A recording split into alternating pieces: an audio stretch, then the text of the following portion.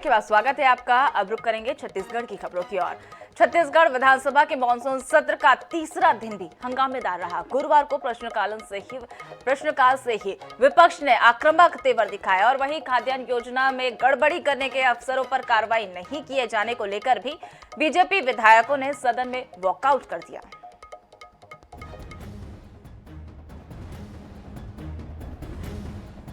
विधानसभा में प्रश्नकाल में खाद्यान्न योजना में हुई अनियमितता का मामला उठाते हुए बीजेपी विधायक सौरभ सिंह ने पूछा कि खाद्यान्न में अनियमितता के संबंध में 24 मार्च 2023 तक की रिपोर्ट आने के बाद किन किन अधिकारियों के खिलाफ कार्रवाई की गई।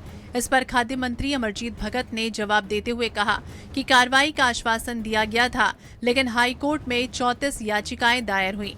अब हाईकोर्ट के निर्णय के बाद ही स्टॉक वितरण में अनियमितता की सही मात्रा और दोषी व्यक्तियों की अंतिम संख्या का निर्धारण होगा। आगे भी कहा कि रमन सिंह ने केंद्र को 2 चिट्ठी लिखी थी। केंद्र की टीम आई जिसने कहीं कोई गड़बड़ी नहीं पाई। इधर बीजेपी विधायक सौरभ सिंह, धर्मलाल कौशिक और नेता प्रतिपक्ष नारायण चंदेल ने कहा कि 5,000 करोड़ का ये घोटाला है। विधायकों ने अनियमितता पर कार्रवाई न करने पर सवाल उठाए। इसके साथ ही हंगामा होने लगा। पक्ष विपक्ष के बीच जमकर नारेबाजी भी हुई। फिर मंत्री के जवाब से असंतुष्ट होकर विपक्ष के सदस्यों ने सदन से वॉकआउट कर दिया। हमारा ये कहना था कि जहां पर ये गलती आई है कि राशन जमा हुआ है, पैसा जमा हुआ है, इसका ये मतलब कि अतिरिक्त राशन दिया गया था, तो वो अधिकारी कर्मचारी जिसके दस्तखत से कोटा रिलीज होता है राशन दुकान के लिए, वो अधिकारी कर्मचारी के ऊपर क्यों कार्रवाई नहीं कर रहे? 5100 करोड़ रुपए के जो घोटाला चावल में जो किया गया है, और ये तथ्य सामने आ रहे हैं कि बिलासपुर में जिस प्रकार से दुकान को निलंबित किया गया है, FIR किया गया है, रायपुर में जिस प्रकार से किया गया है, अंबिकापुर में किया गया है, तो ये मामला प्रमाणित हो रही है कि बड़े स्तर पर घोटाला किया गया है। पीडीएस स्टॉक सत्यापन के प्रकरण में कार्य में लापरवाही बरतने के कारण जिनको सस्पेंड किया गया है उनका भी नाम दिया हुआ है, और किनको रीएस्टेट किया गया है, किनको नहीं किया गया है। आप परिपत्र देखेंगे तो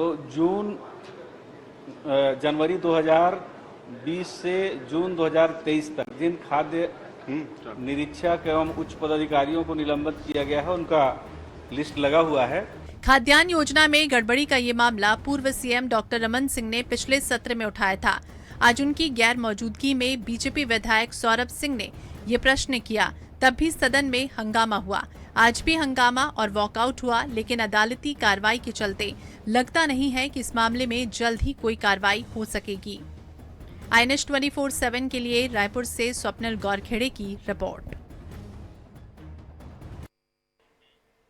छत्तीसगढ़ विधानसभा के मानसून सत्र के तीसरे दिन सदन में आई लव यू की गूंज सुनाई थी। बीजेपी विधायक अजय चंद्राकर ने मंत्री कवासी लखमा और सीएम बघेल को आई लव यू कह दिया है, और इसके बाद मुख्यमंत्री भूपेश बघेल ने भी चुटकी ली। उन्होंने कहा कि अजय जी कल मेरे चेहरे की तारीफ की थी और आज लखमा को आई लव यू बोल रहे हैं। मुख्यमंत्री के जवाब के बाद सदन ठहाकों से गूंज उठा था। उसके बाद कांग्रेस विधायक अरुण वोरा और बीजेपी विधायक पुन्नालाल मोहले ने भी आई लव यू कहकर उनके द्वारा राग आलपा गया था, और इसी मसले पर सदन में हास परिहास चलता रहा।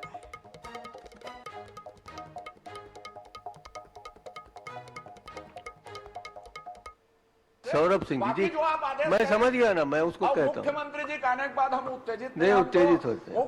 उनको आई लव यू बोले, क्या बोलते हैं लखमा जी, अध्यक्ष जी, मुख्यमंत्री जी को भी अध्यक्ष जी आई लव यू कर। अध्यक्ष जी नहीं, आपने क्लियर नहीं किया कि आपने लखमा जी को किया कि लखमा जी के विभाग को आई लव यू बोला। लखमा जी को किया, मुख्यमंत्री जी को आई लव यू। अध्यक्ष महोदय,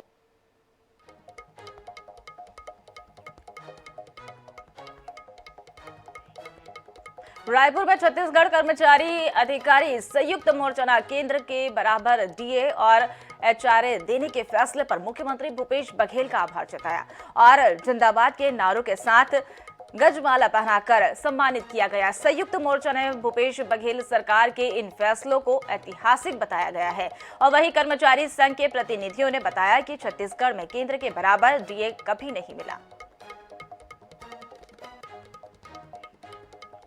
बीजेपी के पूर्व और कांग्रेस के वर्तमान नेता नंद कुमार साय ने बड़ा बयान दिया है।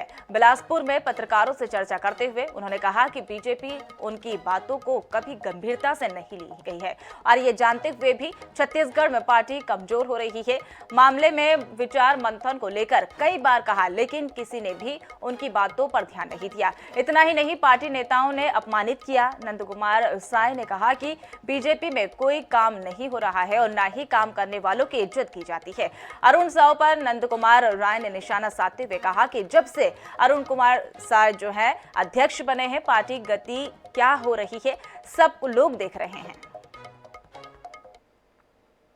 मानित कहें या क्या कहें कि वहाँ काम ही नहीं था, वो कोई पूछने वाला नहीं, पार्टी के लिए चिंतित कोई नहीं है। आज भी कोई कहाँ दिख रहा, तो इसलिए मैं बहुत परेशान हो गया और अंत में मुझे लगा कि यहाँ रहना, वो ये कह दिया गया 70+ वालों को अब कोई अवसर नहीं है, कोई काम का अवसर नहीं, कोई मत बनाओ। तो मैं कहा भाई काम के लिए तो समय देना थी, लेकिन बोले 70-75+ वाले जो हैं उनके लिए अब समय नहीं है, ऐसा कोई नीति उति बनाए हैं, ऐसा कहते जी। उसके बाद मैं कहा कि यहाँ जो जगह नहीं है। छत्तीसगढ़ विधानसभा के मानसून सत्र के तीसरे दिन बीजेपी विधायक ब्रजमोहन अग्रवाल ने रायपुर में विकास कार्य के मुद्दे पर सवाल पूछे। बीजेपी विधायक ब्रजमोहन अग्रवाल ने पूछा कि रायपुर में केंद्र सरकार ने कितना पैसा दिया और कितना शहर के विकास में खर्च किया गया है। वहीं नगरीय प्रशासन मंत्री शिव डहरिया ने ब्रजमोहन अग्रवाल के सवाल का जवाब दिया, लेकिन इसके बाद सदन में तीखी बहस हुई। भाजपा विधायक ब्रजमोहन अग्रवाल के सवाल पर मंत्री डहरिया ने जवाब दिया कि रायपुर शहर के विकास के लिए नगर निगम को 1327 करोड़ 49,32,000 रुपए मिले हैं। कुल 9,615 कार्य स्वीकृत हुए, ज्यादातर काम पूरे हो गए हैं। प्रधानमंत्री आवास का काम बाकी है, इसका सर्वे बीजेपी शासनकाल में हुआ, सर्वे में गलती थी और इसीलिए प्रधानमंत्री आवास का काम बाकी है। ब्रजमोहन अग्रवाल ने कहा कि राजधानी रायपुर की पिछले 4.5 साल में बुरी हालत हो गई है। यहाँ मुगलिया शासन चल रहा है और सिर्फ भ्रष्टाचार ही हो रहा है। हमारे भाई ब्रजमोहन अग्रवाल जी ने प्रश्न उठाया था कि शहर की स्थिति ठीक नहीं है। भारतीय जनता पार्टी के राज में शहरों की स्थिति सबसे ज़्यादा खराब स्थिति में थी। हमारी सरकार आने के बाद उन स्थितियों को हमने सुधारा है। भारतीय जनता पार्टी की सरकार में जो हमारे नगरीय निकाय के कर्मचारी हैं उनको 8-8, 9-9 महीने तक वेतन नहीं मिलता था और आज हर महीने के 7 तारीख को उनको वेतन मिलता है। तो जिनको समय में वेतन मिलता है वो काम भी अच्छा करते हैं। इसी का परिणाम है कि हम लोग लगातार 3 साल तक स्वच्छता के मामले में पूरे देश में पहले नंबर में आए हैं। छत्तीसगढ़ की राजधानी रायपुर के साथ में भूपेश बघेल जी और उनकी सरकार सौतेला व्यवहार कर रही है और जिनको पैसा दे रही है वो खाली कमीशन खाने का काम कर रहे हैं, भ्रष्टाचार करने का काम कर रहे हैं, गुणवत्ता विहीन काम कर रहे हैं और उसके कारण पूरा रायपुर शहर, हमारी छत्तीसगढ़ की राजधानी बर्बाद हो रही है। रायपुर शहर को लेकर सदन में तीखी नोकझोंक के साथ हंसी ठिठोली भी हुई। ब्रजमोहन अग्रवाल ने कहा कि मंत्री जी की रायपुर में कुछ नहीं चलती, तो वही मंत्री डहरिया ने कहा कि हमने रायपुर ही नहीं पूरे प्रदेश के शहरों को संवारा है। पीएम आवास में सबसे बड़ा पुरस्कार हमें मिला है, हम काम अच्छा कर रहे हैं। बहरहाल सदन में हुई बातें तो अपनी जगह है, लेकिन वाकई लोगों को कब राहत मिलेगी ये देखने की बात होगी। रायपुर से INS 24/7 के लिए स्वप्निल गोरखेड़े की रिपोर्ट। बसना मुख्यालय से जोड़ने वाली पुलिस निर्माण की महज चंद सालों के बाद जर्जर हो चुकी है और इसके बाद ऐसे में जर्जर गांवों के लोगों की जान सांसद बनी हुई है और लेकिन हुक्मरान ग्रामीणों की दिक्कतों को लेकर जरा भी फिक्रमंद नहीं है। सिस्टम पर सवाल खड़े करने वाली ये तस्वीर बसना इलाके की है। प्रधानमंत्री ग्राम सड़क योजना के तहत इस पुलिया का निर्माण किया गया था, लेकिन महज 8 से 9 वर्षों में ही पुलिया क्षतिग्रस्त हो गई। इसका एक हिस्सा टूटकर 2 फीट नीचे झुक चुका है और निचला हिस्सा कभी भी भरभरा कर गिर सकता है। स्कूल आज आ बनी सकत हैं और जननी वो आला मन के स्वास्थ्य विभाग ले ज्यादा और वो जैसे गर्भवती महिला मन ला आज आवे बहुत तकलीफ है। असुविधा तो बहुत हैगा, लड़का मन ला आज जात नहीं बना थे, स्कूल आना जाना बंद हो गए, बस है कार वार मन नहीं आना जाना होते और सरकार तो घोषणा कर दे। आलम यह है कि कुड़ेकेल सहित कई गांवों में बारिश के दिनों में बच्चे स्कूल नहीं जाते हैं। एम्बुलेंस या 4 पहिया वाहनों का गांव तक पहुंचना भी मुमकिन नहीं है। वहीं कुटकेल, जमड़ी, पोटापारा, बिछिया, सिरको और सरायपाली समेत दर्जनों गांव का संपर्क मुख्यालय से बाधित हो जाता है। अरेकल से कुड़ेकल का जो मार्ग है उसमें पुलिया है बहुत क्षतिग्रस्त हो चुका है और वो बहुत ही जर्जर स्थिति में अभी पहुंच चुका है। आने जाने में बहुत ही कठिनाई का सामना करना पड़ रहा है। ग्रामीण परेशान हैं, जनप्रतिनिधियों और अफसरों के पास गुहार लगाकर थक चुके हैं, लेकिन नतीजा शून्य रहा है। हालत भयावह है और किसी अनहोनी की आशंका से इनकार नहीं किया जा सकता। हजारों लोगों की जान सांसद में है, लेकिन हुक्मरान बेपरवाह है। INS 24/7 के लिए बसना से मनहरन सोनवानी की रिपोर्ट। छत्तीसगढ़ राज्य महिला आयोग की अध्यक्ष किरणमयी नायक गुरुवार को राजनांद गांव पहुंची और इस दौरान उन्होंने कलेक्ट्रेट के सभा कक्ष में महिलाओं से संबंध के प्रकरणों की सुनवाई की और इसके बाद उन्होंने प्रेस वार्ता में महिलाओं को लेकर संबंधित अपराधों और प्रकरणों के अलावा कई विषयों पर चर्चा की गई। और वहीं किरणमयी नायक ने बताया कि पिछले 3 सालों में लगभग 4000 से अधिक मामलों में सुनवाई हुई है। उन्होंने आगे बताया कि मेरे वर्तमान कार्यकाल में आखिरी सुनवाई 24 जुलाई को होनी है और इसके बाद नए कार्यकाल की शुरुआत होगी। साल का यदि कहूँ तो मोर देन 4000 मामले हैं। अभी एग्जैक्ट काउंटिंग चल रही है। 24 तारीख को उसका आंकड़ा जारी करेंगे और लगभग 2,000 के लगभग मामले नस्तीबद्ध हो चुके हैं। मतलब सीधा कहें तो लगभग 5000 से अधिक परिवारों के बीच या तो सुलहनामा हो गया है या समझौता हो गया है या उनके समस्या का निराकरण हो चुका है या कुछ मामले न्यायालय को रेफर भी किए गए हैं। रायपुर में नग्न प्रदर्शन करने वाले 29 प्रदर्शनकारियों को रिहाई के लिए दुर्ग में बहुजन समाज पार्टी के कार्यकर्ताओं ने 1 दिवसीय धरना किया और प्रशासन के खिलाफ जमकर नारेबाजी की गई। पार्टी कार्यकर्ताओं ने कहा कि सरकार और प्रशासन ने युवाओं के मामले में कार्रवाई की होती तो युवाओं को इस तरह का प्रदर्शन नहीं करना पड़ता। अगर इन युवाओं को रिहा नहीं किया जाता तो बहुजन समाज पार्टी इन युवाओं के पक्ष में लगातार प्रदर्शन करेगी।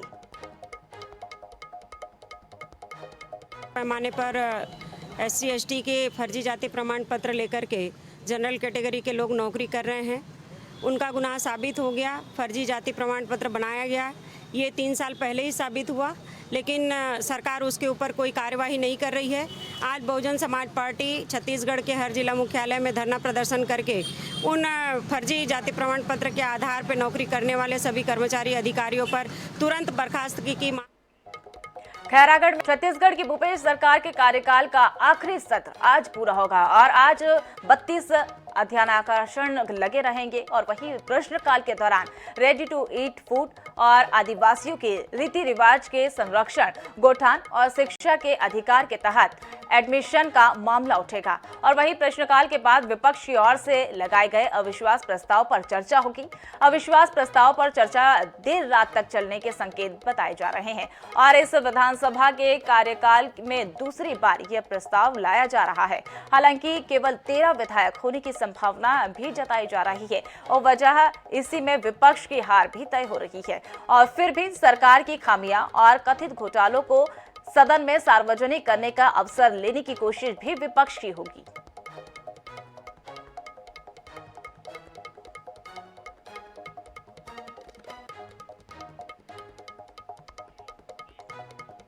कर्नाटक में जैन मुनि की निर्मम हत्या के विरोध में धवदेश सांकरा के जैन समाज में आक्रोश जुलूस निकाला गया और उसके बाद तहसीलदार को ज्ञापन सौंपा गया। बता दें कि जैन समाज के तपस्वी गुरुदेव आचार्य श्री काम कुमार नंदी जी महाराज की बीते 6 से 7 जुलाई को रात में करीब 10 बजे कुछ असामाजिक तत्वों ने जबरन आश्रम में घुसकर वहां पर शयन कर रहे आचार्य राम कुमार नंदी जी महाराज को पहले ही इलेक्ट्रिशियन करंट लगाकर उनके द्वारा हत्या कर दी गई और फिर सबूत मिटाने के लिए क्रूरता पूर्वक पूरे शरीर के टुकड़े कर 600 फुट गहरे बोरवेल में डालकर बर्बरता दिखाई गई और वही सारी सीमाएं लांघ दी गई है। स्वतंत्र भारत के इस सबसे संगीनता हत्याकांड की कर्नाटक में गौरवशाली इतिहास पर काला धब्बा लगा दिया गया।